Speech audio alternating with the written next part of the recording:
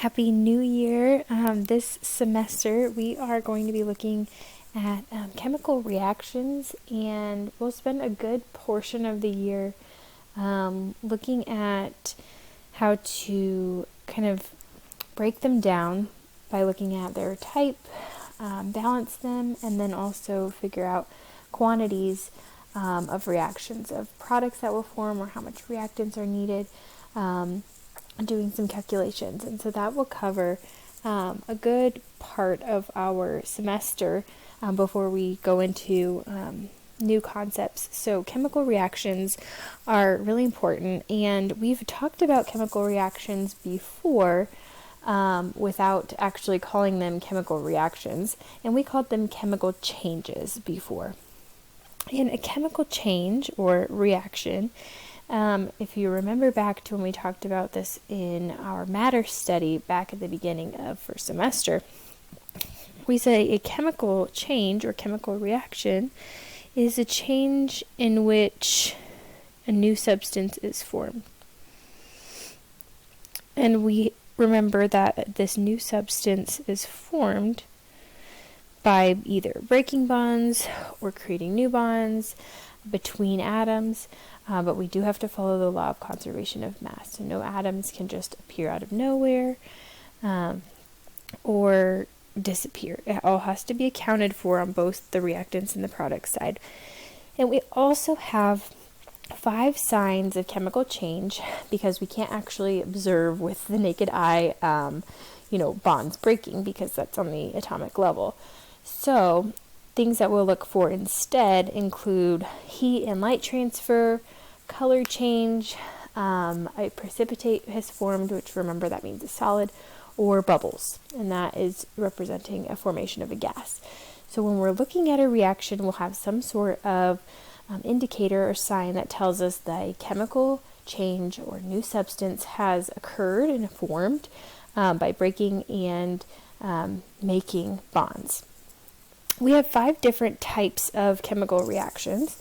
The first 2 are opposites of each other: synthesis and decomposition. The first one, synthesis, if I were to kind of give you a one-word synopsis of synthesis, it is combine. In fact, some textbooks call the synthesis reaction the combination reaction. We're just going to call it synthesis to avoid any confusion. But in this reaction, you have 2 elements that form a compound. So they combine together. From their separate elements, they form a compound. And decomposition is the opposite, to break down. So if I have a compound, now I'm breaking it up into its elements. Sometimes it's just breaking into smaller compounds, and same with synthesis, it can be smaller compounds forming a larger compound, but the idea is that you are either combining or breaking down your reactants into the products in the corresponding pattern. Our third one is called combustion, and this one has kind of a set pattern that will always define it. In that a gas will react with oxygen, always, to form carbon dioxide and water. Those will always be the products in a combustion reaction. And our one word for combustion, I didn't write it first, but this would be burning. Okay, so whenever you think of things that are burning, that is a combustion reaction. It involves burning of fuel. Usually that fuel is a gaseous hydrocarbon, so something made out of carbons and hydrogens. So if we were to kind of have that generic pattern for combustion, I would say it's some amount of carbons and some amount of hydrogens. So I'm putting little X and Y there just to note, it can be whatever hydrocarbon, that's our fuel, plus oxygen makes carbon dioxide and water. That's always going to be the pattern. You always have CO2, H2O, and O2 in these corresponding locations. in the reactants and products, and then you have a hydrocarbon as your fuel that is burning. Then we have two more that are similar, single replacement and double replacement, and both of these involve a switch.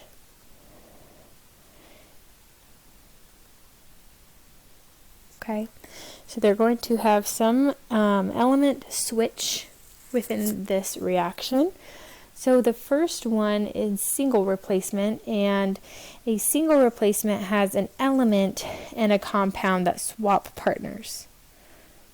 So the element is important for single replacement, and compound swap partners.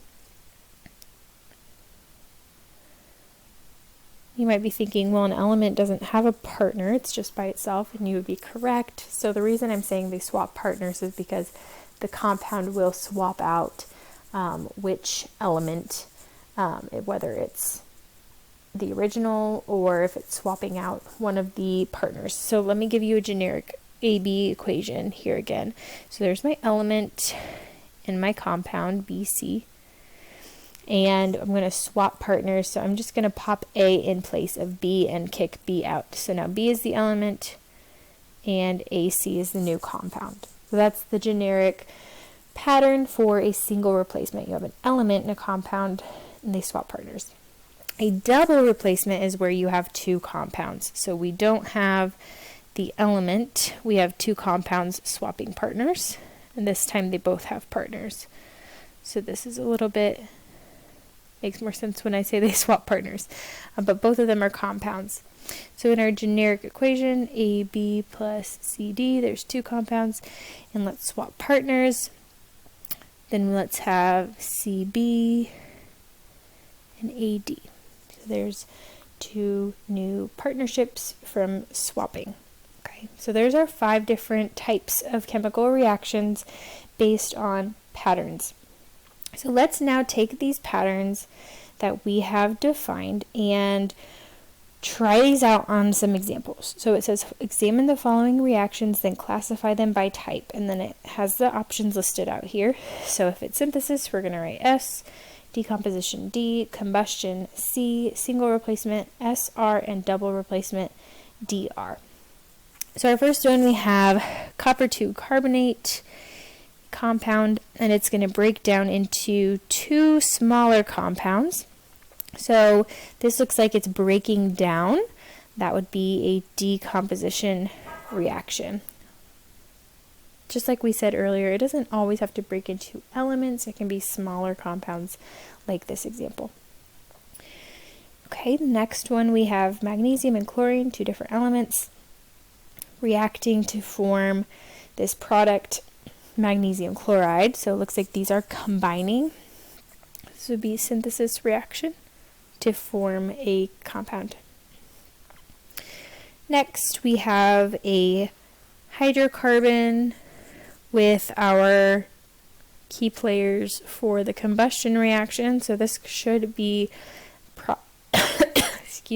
probably the pretty easiest one to identify, because you'll always be looking for those underlying components that I just noted. So this is a combustion reaction. We've got our fuel that I boxed, and then reacting with oxygen to form water and carbon dioxide.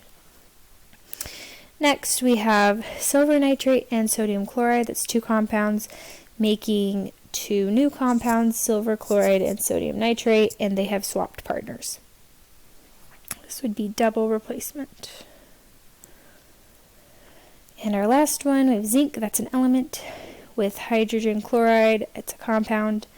And then we have reacted on the product side. Now we have zinc to chloride and hydrogen.